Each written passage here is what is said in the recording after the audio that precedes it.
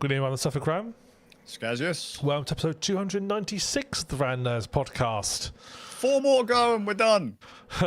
Well, until we do 301, and then so many to go until we've got the next big milestone, at which point we will not have a party. Yeah, no, we're doing something. Wait, do I get another ribbon? Oh, that might be arranged. That might be arranged. I've got that one. I can't remember what that one's for. I've got one there. Was orange us as well? We did 100, 200. We did a North Korea special. Remember that one? Oh yeah. That was like the early 50s, I think that was. Well, either way, yeah. I've got lots of ribbons. So pick a colour for the next cake. I might sort you a little goodie bag for the next one, for the 300. I don't know what it's going to be, but I might sort something out. Cyanide capsule. Yeah. Bottle of whiskey and a gun. Yeah. One bullet. Yeah, we could play first we could play virtual Russian roulette, but we've done that. Yeah, we have. We've played 2 different games that are about virtual Russian roulette, which is surprising. You wouldn't think there'd be that big a demand for virtual Russian roulette, but there we are. Zaber's about. We'll find them all. It is slightly disturbing that he keeps finding the games about committing suicide. I won't lie, that is a slightly disturbing thing. It's committing suicide or golf. Yeah, you got it. That's what I was about to say. Just like, no, it's suicide or golf. Yeah. Do you know what? Actually, no, I understand. I completely understand. After going to play a few rounds of golf, you might want to end it. But I used to play golf many years ago. I had some bats and everything. Yeah, so your urge to do yourself in with your golf rackets is not very high then? No, it's waned off now because I've stopped playing. So, what is that? Where you stopped though? Yeah. I used to be a member of a golf club way back when. Why would you be a member of a stick? Because I used to go out with a stick and play with other people's sticks. Strange. Yeah. You're a very strange man. It's took you this long to notice?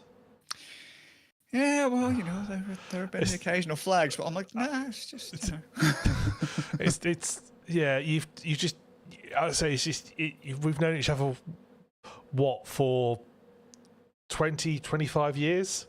It's been a long time, mate. Yeah. Oh my God. And yet somehow, we had a brief breakup where we went our separate ways, but then we got back together again. You silly bastard, you were almost free. Yeah.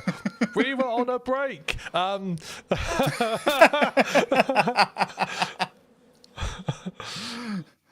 why you got all those cloud wives, weren't it, Ram?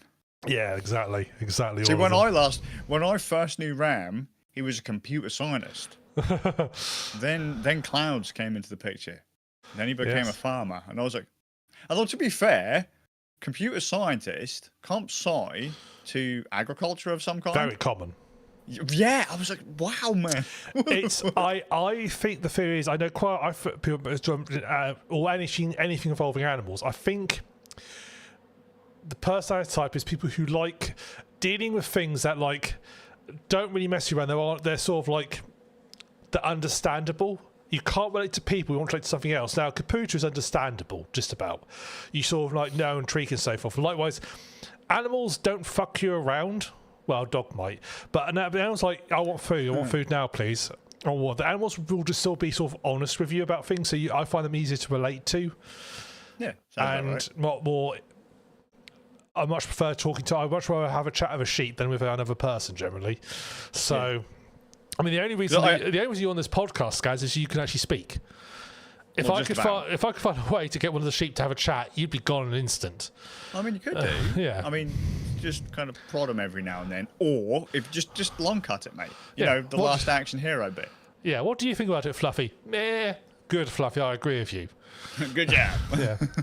To be fair, with deep fakes as they are these days, I could probably train a model to replicate, and then I could somehow get some voice changing goings or make sort of sheep sounding voice. I could have an AI sheep talking to me.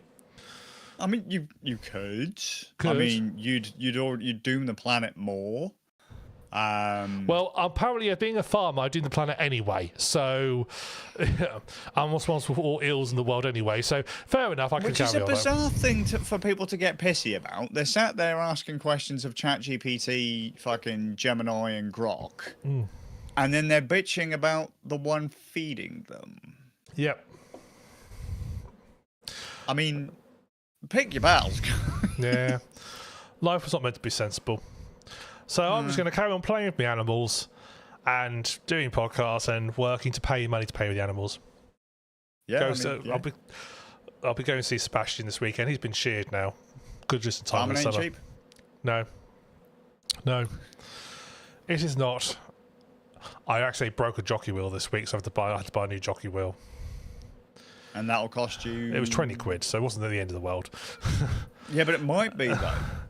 I thought I kept this weird noise from the train. I think, what is that? I couldn't work it out. I was only talking about, I didn't raise the jockey wheel up. That's what that noise was. And so, I mean, you could have done a lot worse, Ram. Trust me, the guy I work for has done a lot worse than I have. And to be fair, he would have been okay with it, but I was like, oh no, I can't leave that there.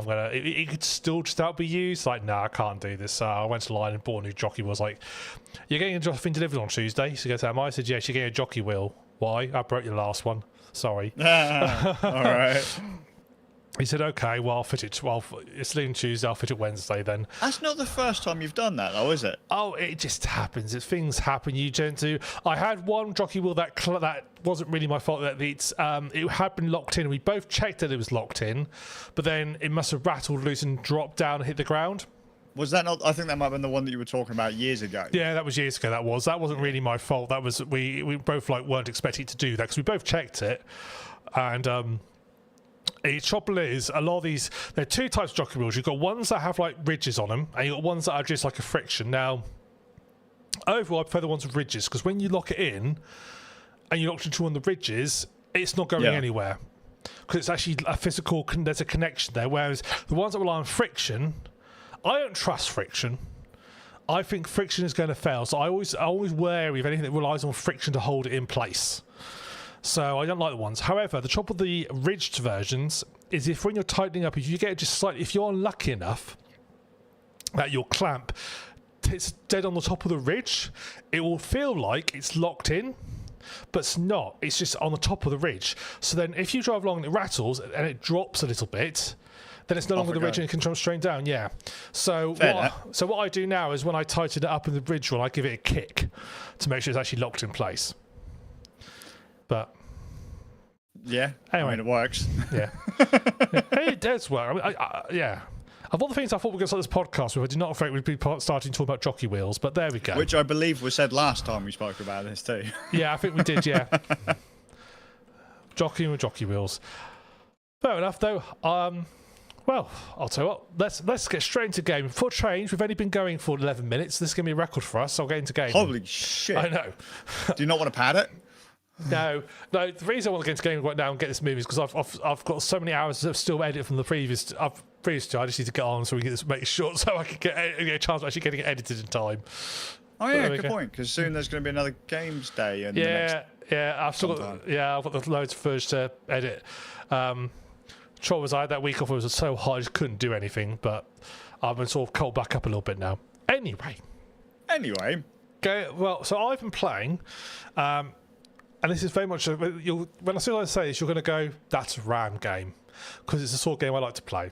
I've been playing Contraband Police. Fuck's sake. All right.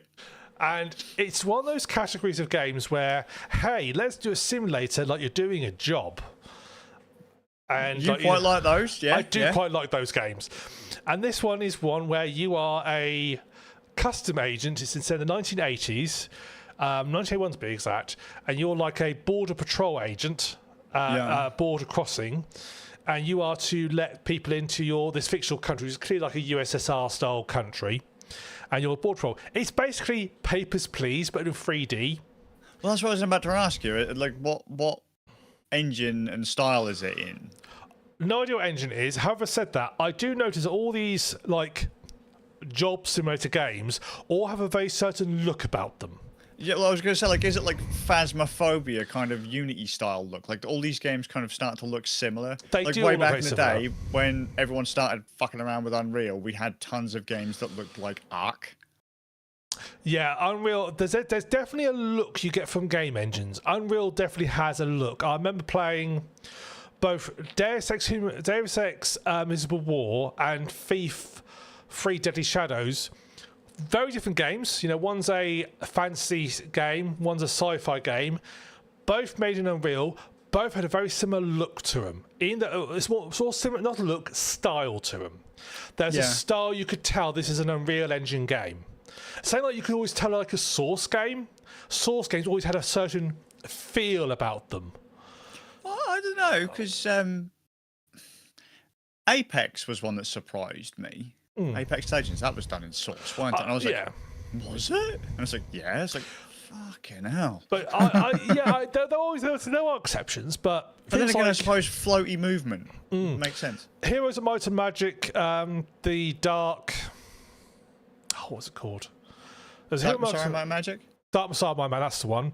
Vampire Masquerade, The Bloodlines, Half-Life 2, all very different games, yet have a very similar feel and style when you're playing them. Yes. You can just feel they're the same end. You get an idea of an engine. This does feel like a Unity engine game. You just get a feel of it. They all tend, of course, they all tend to have a sort of similar look. It's basically 3D Papers, Please. But it's actually surprisingly in depth. It's actually got a storyline, which I was even more surprised by. So you've been basically put in charge of this border crossing. You are in charge of it. You actually live on site. You have staff. You run it. So it's up to you to like sort of get people through, pay the bills. And how the base game it works is every day you'll have a number of vehicles that have to come through. And you'll start off with basically a list of things you have to check.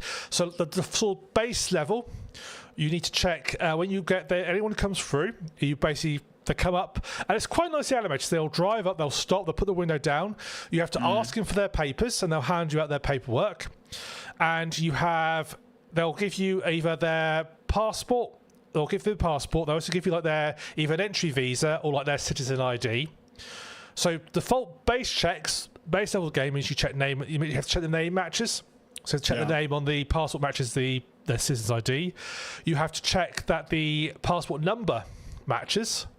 Yeah. You have to check the expiry date is valid because you have and the game has like time does move on. So something expiry dates will come up.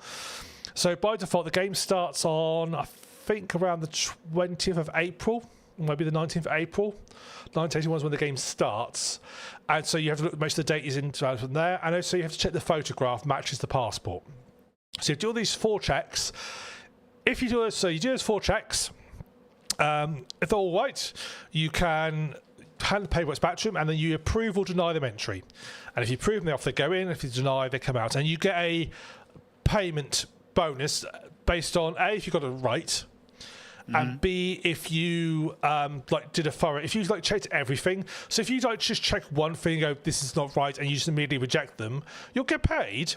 But if you've been thorough and checked everything and found all the problems, you get paid more. Right. So I don't know who in this mystical world who's double checking your work to see how right or wrong you are. But that's how the game works. You get paid by letting people in or out correctly. You also so that's like the real basic bog standard levels. However, pretty quickly on, things will be introduced. So, for example, you'll have smugglers you have to watch out for, and you'll have like intelligence agency. They'll basically, you'll get like little post-it notes. It's like, okay, we've identified a smuggler, we've got this information about them, and it'll be something like, their number plate has these letters in it, or they have 2 broken windows because they're involved in a previous incident. They've got 2 broken windows. Or the driver's age is such and such. So you have to then piece together and then decide whether or not you want to do a vehicle search as well. Yes. So you can. So as soon as the vehicle comes in, you're going to look at it. And it's weird how sort of like in the role I started getting. because I started like vehicle coming in, immediately looking at the number plate. That's not one of the ones we're looking for. Okay, that should be fine. Look at the reg. Oh, you're 46 driver. We're looking for someone who's 46. Can you step out the vehicle for me, please? You have to make them step out the vehicle and stand aside, and then you can begin searching the vehicle. Now, luckily, all these smugglers, or use the same symbol to hide their contraband, but it's only visible under UV light. Fortunately, they give you a UV light. So what the smugglers need to remember this is, I don't know, but it's quite thorough. You search the vehicles. You can go each vehicles. You can go like all in and inside out. I also like the way that how it works with vehicles getting in and out, rather than having to like press a button to go in. If you get near the door, you sort of like float in. And then you can like move around the cabin and stuff, and you can sort of, but in like a restricted way, as if you're actually leaning into the vehicle and looking, which is really nice. And you can like go in like via different doors and stuff. I actually think the way they've designed how you move in and out of vehicles is really well done, and feels really smooth and sort of like natural. Whereas, because most games like hit a button to get in the vehicle, get in the passenger seat. This is like, I mean, like when you drive a vehicle, you just sort of like float into the driver's seat, and then it's what makes you driver switching it on. Then you sort of like lock in. But you can just like get in and out, which is quite nice. So you can search for the vehicle. You can also search like in the tyres. You might have to add the bodywork, search the engine bay, search the boot, looking for like this. You do like a thorough search of it all. And if you find something, pick it up.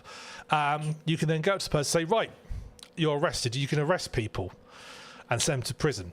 So are you just looking for a mark, or are you like looking for loose panels and? So you're generally looking for an actual mark. However, there will be things you can find without a mark.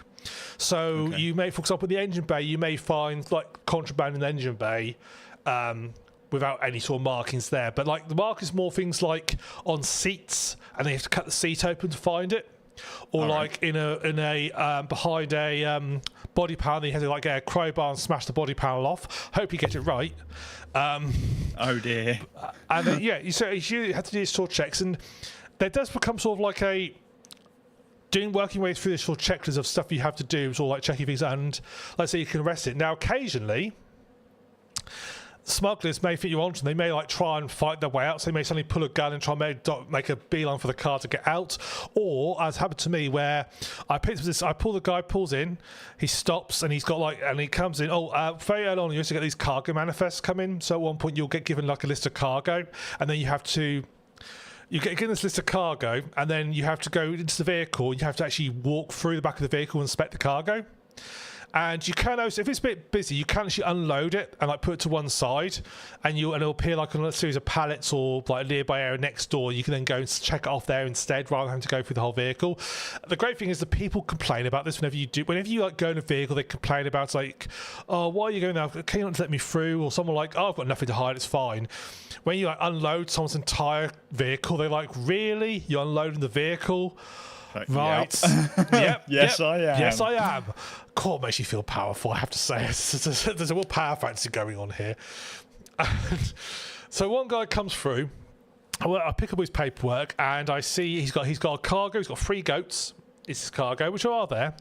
And then as I'm working through the checks, all of a sudden I just hear the alarm go off on the base, and I look up, and he's just driven right through the barriers and into the country. At which point, because apparently you're the only guy who does anything here, you have to drop what you're doing, forget about all the other cars in the queue, run into the police car, and then you drive, and you have to chase this guy down, have a chase with him. And again, surprisingly, the chase mechanics are surprisingly good. When I've got my siren blare and sort of chasing people down, it's somewhat tactical. You're trying to catch corners, and you can do like pit maneuvers on people and stuff, or like force them to run off the road. Because apparently the way you survive, you arrest people in this game is you run them off the road. I can't think of anywhere else. So the guy stealing with the goats, I mean, chasing him through, running up the side, and managed to eventually get silent, and I sort of try and steer him off once, but he managed to get away. And I get him again, I pit maneuver him, and he spins around, smashes into a wall, and dies from the impact. And again goes, well done, you got the criminal. It's like, okay. Oh, wow. Okie dokie. And I walk away, and I leave, and I left the 3 goats there because I figured they'd probably jump out and be free in the world. I thought I'd be nice and happy for them. The goats survived, you'll be pleased to know. Cool. Then as soon as you do this, you get back to the border patrol because there are people waiting. It's like, yes, I know, I'm coming back. What were the rest of my team doing? You start with 3 members of staff. I was like, what were these guys doing while I've been gone? Well, that's what I wanted to ask. Like, so if you fucked off, like, does anything change at the checkpoint, or does it just sit idle with people just getting pissed off with you? Like, let's say, for example, there's a blue car at the thing. Does one of your guys come through and it's not a blue car when you get back, or? Yeah, I think if you're on missions and stuff, it doesn't nothing. It'll let you carry out the mission, or like you're doing a chase, so forth. However, as soon as that's ended, you get like a time saying you need to get back to the border. Otherwise, you're gonna. I don't know what happens if the time runs out, because I'm too much of a I got to get the job done type person to see. So I went back. So I need to complete my work, and I must admit, I found it quite annoying when he drove off because I was busy. I was checking people in and out of this country. I had a job to do. It's a bit like having to stop and ask me a cup of tea when you're in the middle of doing a job at work. You say, I'm busy. Come on. Let's get shut off. Oh, mate, don't I know it? So run back and go and finish it off. And, over the course of each sort of once you've completed all so there'll be a fixed number of cars to do every day. Once you've cleared them all, you're basically done for the day. So other things you can do. You can, if you've got any prisoners, you can load them up in your police car and you can take them to the forced labour camp and drop them off there. Lovely. And you get paid money for that. If you've got any contraband, you can take that to the police station and hand in the contraband. They'll pay you like a reward for bringing all the contraband in. You can also, and there's also occasion you'll get like these what they call interventions. So like a mission will suddenly spawn. It's like, hey, if you take part in this, and they usually pay quite well. You can then go off and perhaps help defend the police station if it's attacked. Because that's the other thing they're like bandits. There's like a bandit group, there's like a criminal gang, and there's like a rebel group who are like trying to fight against the establishment. And every so often your base will get attacked. And you have to fend off your control point from being attacked. And hilariously, though, wherever the state the car's in when you're being attacked, you'll stay there. And once you're done, you just go back and say, right, let's finish doing your inspection. Let's get you completed on your way. Sorry about that little brief disruption. Yeah, I'm awfully sorry. We're a bit delayed whilst we're fighting off terrorists. So you complete your little inspection, send them on their way. And so you basically might have to fight this business off. As you earn money, you can go you start off quite basic. Yeah, you get like a pistol quite early on, but you can go and there's like a shop where you can buy guns and stuff and more ammunition and so forth, or you can collect off dead people. I don't imagine the game is going to set you up in any way where you will be placed in a scenario that you'll fail early on. Like, let's say, for example, you haven't had access to a gun yet or can't afford a gun yet. They're not going to maybe put you in a scenario where you're going to get fucked up for not having a gun. I don't think you get given a gun in part of all the early sort of tutorial section. You get given a gun, so unless you decide to go sell it, you should not have one.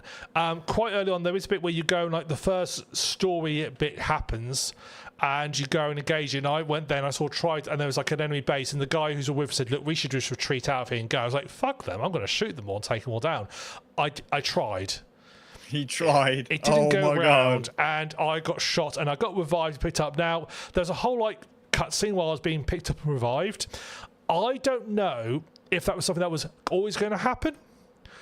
Or is it this is a path you can take, and the game's planned for it that you can do this, or if it's if I had successfully fended them off, would there be a different outcome? If I had run away, would there be a different? I don't know, because obviously I've only played it once.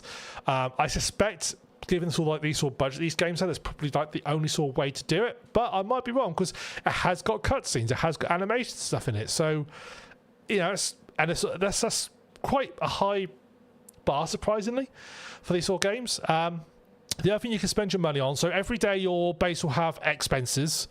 So you have to pay your salaries for your officers.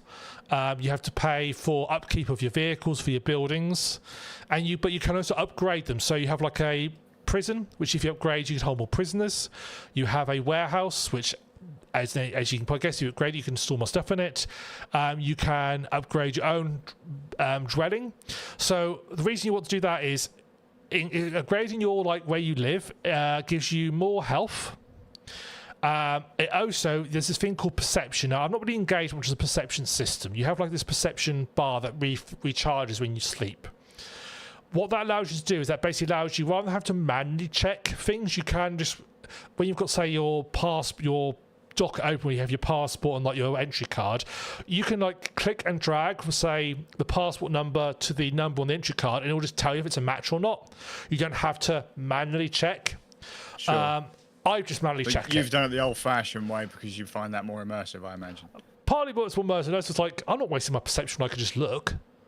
I'm not wasting this resource. So what what purpose would you have of using that bar if not just to save I believe time then? also it I remember back from when it was said at the start, to be honest. I think also it goes down like when you're aiming or shooting guns. I think when you're aiming guns, it goes down as well. So you do have like a set. I'll be honest with you, I don't 100% remember. There's something else it does do, which is a bit more impactful, and I think it's when you're aiming. So you're basically trying to save it on the off chance that you're going to need it for that kind of. Okay. No, it's because I'm too much a spendthrift to use it. Sure. No. So it's like I'm comparing two numbers. I don't need a tool to tell me to do this. I can look, and yes, I once upon a time let somebody through because it said his expiry date was March, and it was April, and I thought it said May. Yes, that did happen. But these little things happen. I can't have both side of M and the clerical error in the game's like, fuck, it'd be so funny if it came up with like a tooltip and it said, look, we've given you a bar. It's full. Just click the damn thing so you don't make the mistake. That's what it's here for. It's like, yeah, but I can read it, but you made a mistake, dumb fuck. It's like, game, there's no need to get so aggressive now. Yeah. Use the mechanics. Yeah. I did sort of later on do it the opposite way round and wouldn't let somebody in who I should have let in. Yeah, that was a bit. I felt more guilty about this because some people do get like they get sent off to the gulag because you misread a document. No, but they do get a bit of noise. I did have one guy who I refused. He basically said, "Look, I need to get in. My family is starving. If I can't get in and do work, they're going to starve. And they're going to, we're going to collapse." And I was like, "Simon, I'm just following orders. I'm sorry, your passport doesn't match. You can't come in. I don't know if you've got a family or not. You could be lying to me. That's exactly what somebody who'd fake a passport would tell me. Sorry, rejected." His family's fucking dead now. I got a postcard about it. He sent me a postcard threatening me because apparently his house burnt down as a result of me not letting him in.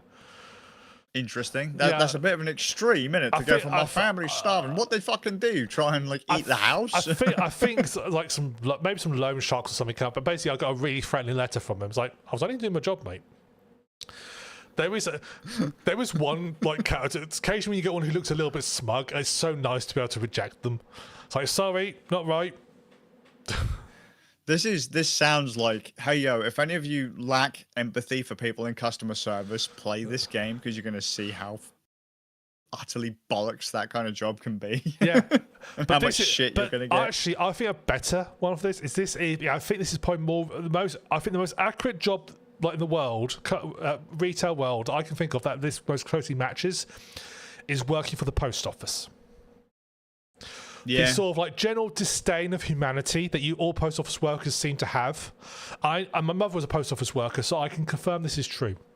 Yeah, for sure. But when you have to deal with so many people who are like, oh well, it's just simple, just do the thing. It's like, well, you haven't filled in the relevant paperwork. You knew you were going to do it in advance. Yeah. You didn't pay for the correct postage. Yes, being able to reject people, feels so much like that, and I think I get the power trip mode of it, like being able to say, I'm having a look at your vehicle. So the current restriction is vehicles that have more than 3 defects can't be allowed in.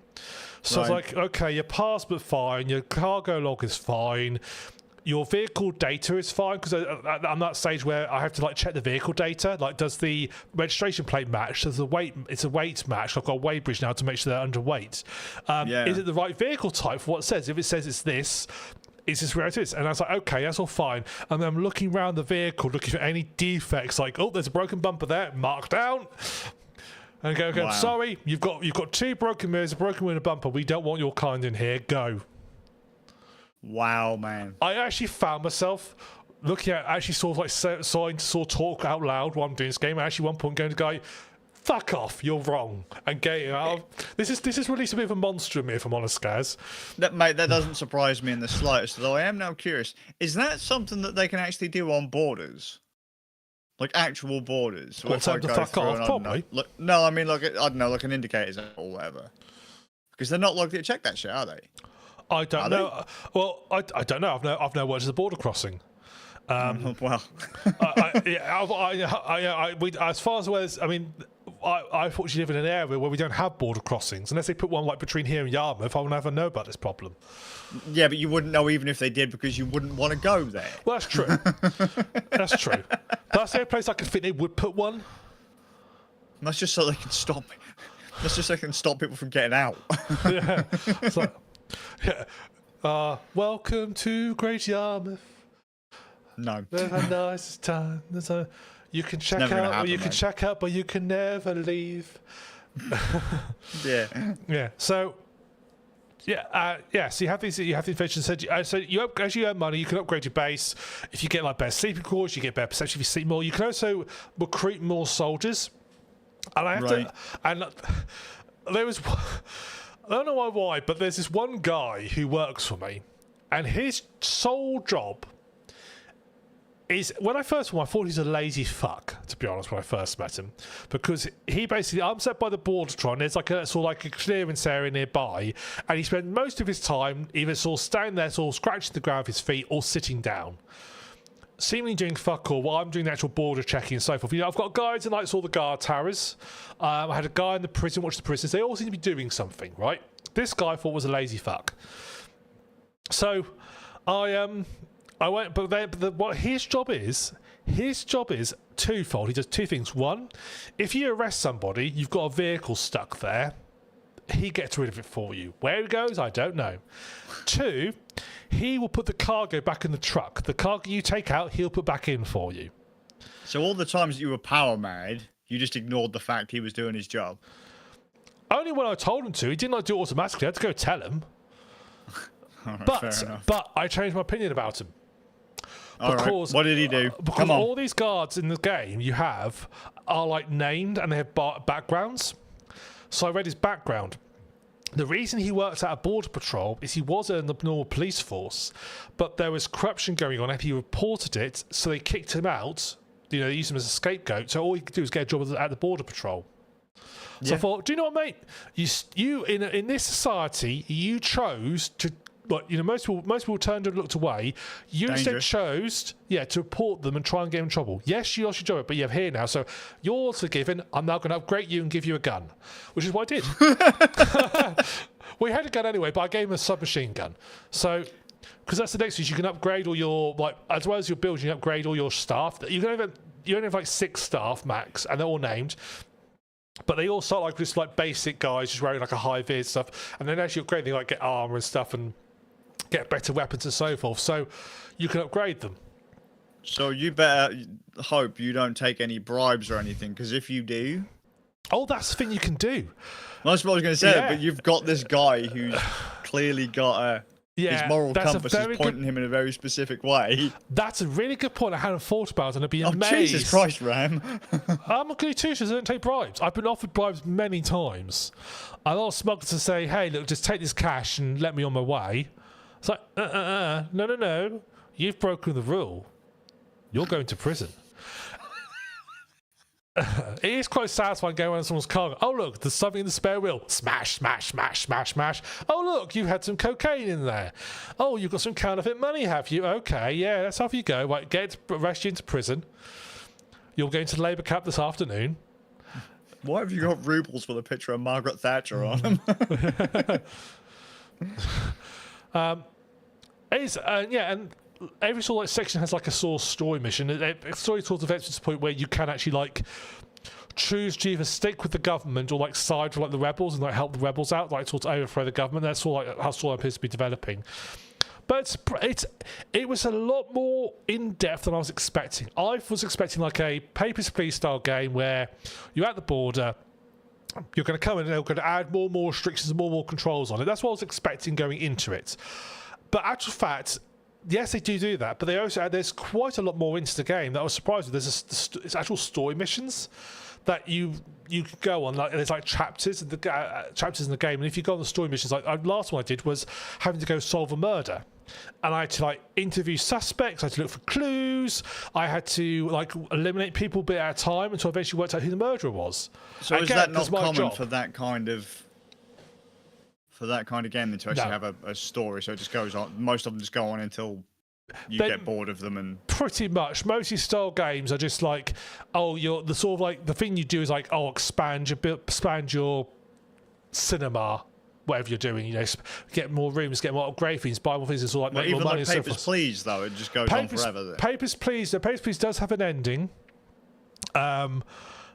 I'm not sure. I never got to the ending very quick. I got to a bad ending. I didn't get very far on Papers, Please, because Papers, Please, you are on a really strict time. Whereas this game there is a day-night cycle, which you are slightly on a timer, which you can change in the options. If you find it's going by too quickly, you can make it longer if you want to. By default, a day is 35 minutes. Okay. But you can change it in the options. I mean, the most recent game I played in this sort of style of doing a job type style, or running a business or running something type style, would be that restaurant simulator I played back in January, like the Paris restaurant simulator. Where you had to basically you, as your time went on, you could like upgrade your restaurant. You could buy more stuff, buy more meals, buy more staff, and gradually sort of build up. And that had sort of same like sort of frantic. And that was a bit more time based because you had customers. That was a bit more frantic running around and actually quite stressful. This is a bit more relaxed. I kind of wish I had a multiplayer mode because I think that'd be hilarious. If like you and your mates like, okay, I'm going to do inspection this one. Can you check the cargo for me? Yeah, I think that'd be quite hilarious. I was going to say that'd be kind of neat. Yeah, that'd be quite hilarious. But I have to say, I'm really surprised and pleasantly surprised at how in depth this game is, at how much you can do for these style games. It was a real like surprise and it's fun. I said it does turn you into a bit of a monster, but being able to like sort of having to like the sort of like power saying fuck off is great. To be fair, Ram, that's normal for you. Like, in nearly every game you've played where you've had even a slight speck of power over the other person, or you've been able to go, you're a cunt to me, I'm gonna fuck with you now, you've always gone fucking, like, scorched earth. Well, yeah. It's because I don't do that in real life, so I have to do it in games. In real life, I'm too nice. But I'm fair. What you're saying, that's your vent, mate. That's your vent. What I want to say is this. I am fair.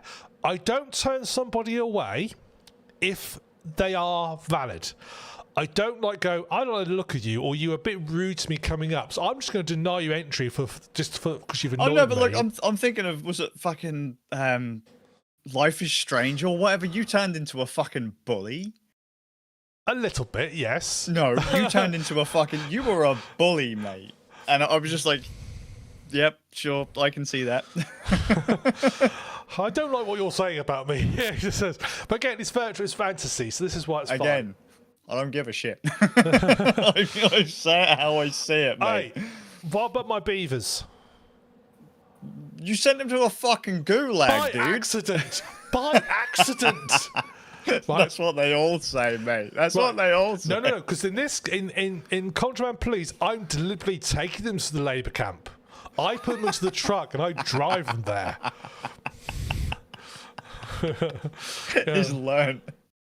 He's learned. So it's either I take them there or they're just going to find themselves there. Oh, something else that happens when you're taking people to places and so forth, when you're taking like prisoners, occasionally their friends, like inside, will try and ambush you.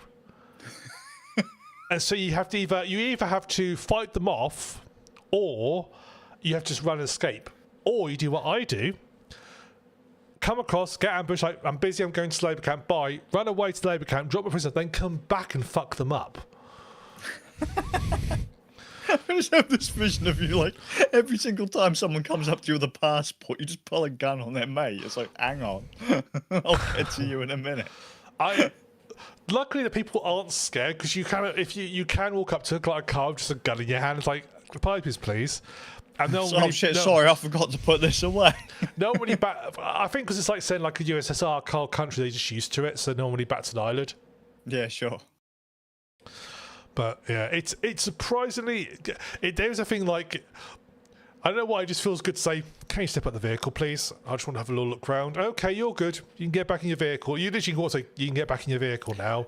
Here's your papers back. Ram, if you think to all the jobs you've had, it matches. I've never, possibly.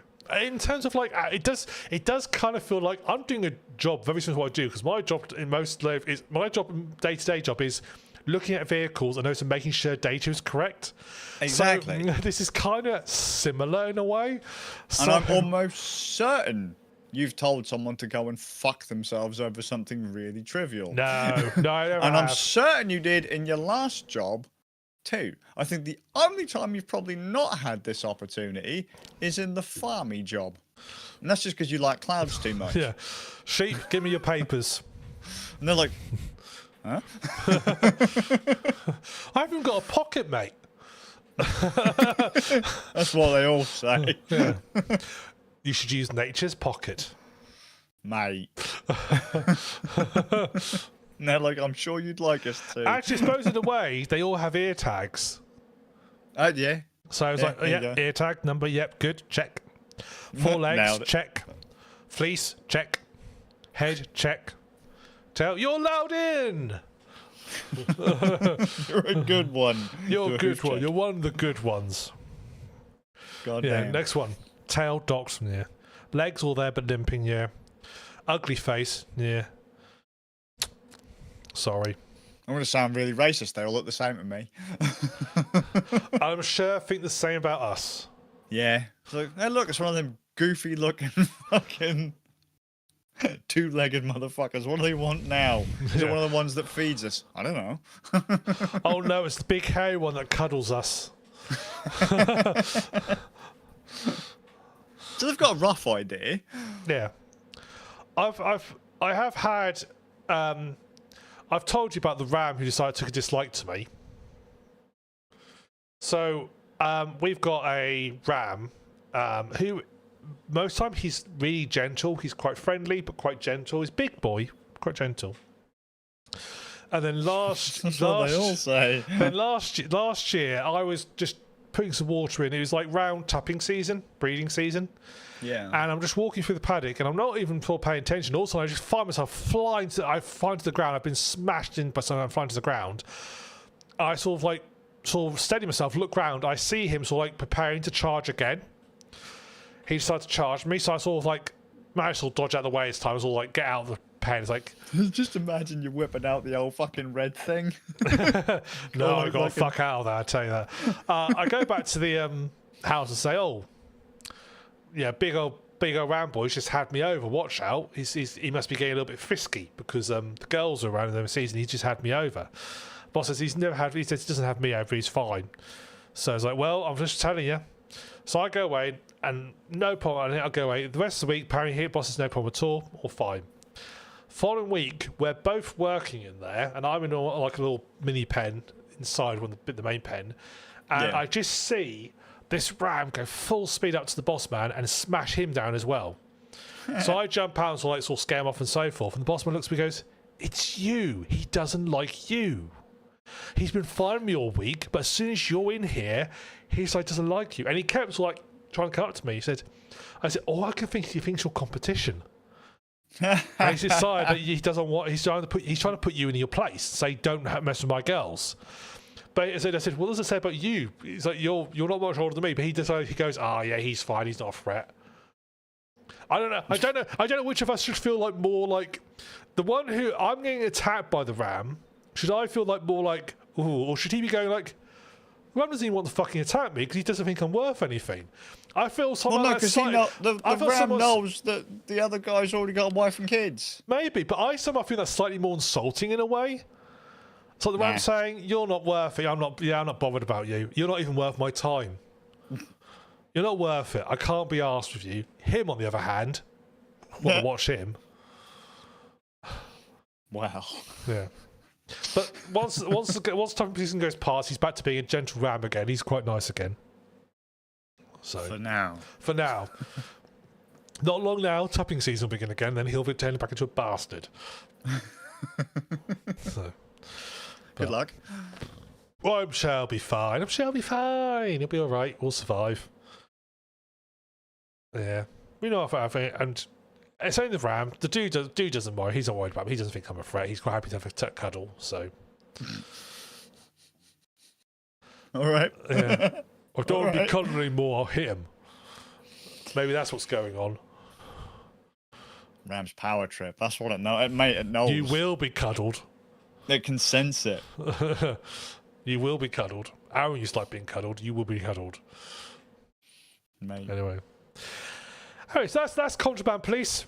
Big thumbs up for me, and I think it's currently on offer in the Steam sale, I believe. Let me have a quick look. Although to be fair, by the time you hear this, it'll probably be gone. How much does it normally cost for a whatever fucking what's probably a Unity spin of some other game? They vary. Some are very cheap. It's off sale at the moment. It was on sale. Its regular price is $24.99. But it was on sale. Well, I got it, I think, for $4.99. I want to say, or $10.99. Would you say it's worth the full price, or? I actually say yes. I've had about I've played it so far. I'm about 6 hours in, which I've played it for, and I've enjoyed every minute of it. Oh, cool. I've quite enjoyed just being power tripping people, really. You know, and the fact that you can go on, in fact, it's got so much in it, like you can go on drug raids. You can go on you can go to sort of tap people and get in the sort of shooting. The shooting's all right. I mean, it's a fairly basic shooting, but it's all right. You know, you've got the enemies will try and sort of be somewhat intelligent, but they are basic intelligence. You're not talking advanced AI here, but it's enough to make it fun. Sure. So perfect. Okay. Right, is there anything else from yourself, Scouts, before we finish up? Nah, mate, nothing. Not until the end of the month. Fantastic. Well, thank you much for watching, everybody. Hope you've enjoyed this episode. Our next podcast will be on the 30th of July, 2026 at 18:30 GMT +1. So come join us for that. They'll be here on youtube.com/randnerds or twitch.tv/randnerds. You can also join us on our next Games Day, which is going to be on the 2nd of August, 2026. That'll be here on, I think we are on at 10 o'clock in the UK, or 9 o'clock in the UK, GMT +1. So come join us for that. So for me, the Suffolk Ram. Skazius. We hope you enjoyed this one, guys. We'll see you all guys in a fortnight. Take it easy, guys. Goodbye, guys.